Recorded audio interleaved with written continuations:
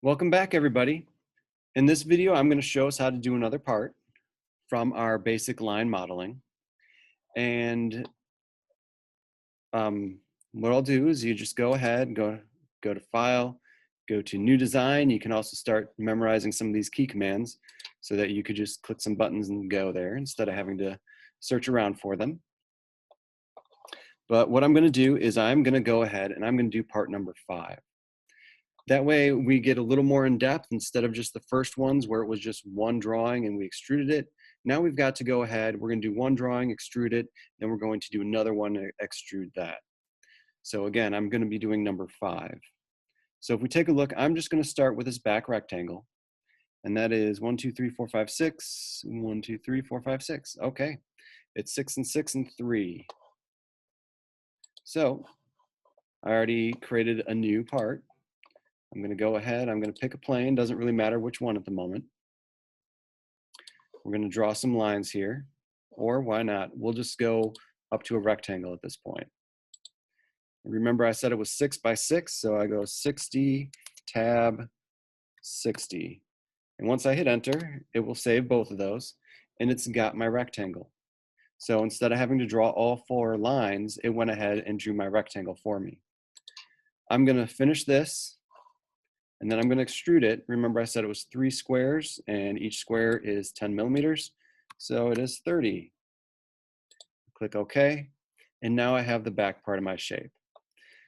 So for the second part, it's really kind of simple. All we're going to do is we're just adding on to the shape. There are 2 different ways of creating things. One is addition and the other subtraction.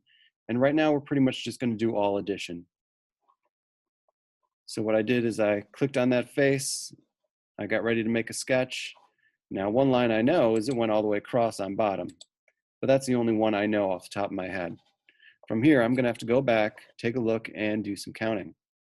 I see that it goes up 3 and over 3, and then I have an angled line. So easily enough, I already drew the bottom line. If I go up for my 3 is 30 millimeters. Then if I go over another 30 millimeters, you're going to see I've got 2 points. Remember, 2 points can make a line. So I'm just going to go ahead and make a line across them. Click on one point, go to the other, click.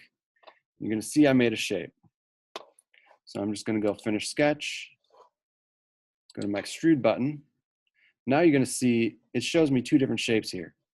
I've got to actually click on the one I want to use. So I'm going to click on the one down here, and then I'm going to extrude it the distance that I can see here. So I've got 3 squares is as far as it's going to be extruded out.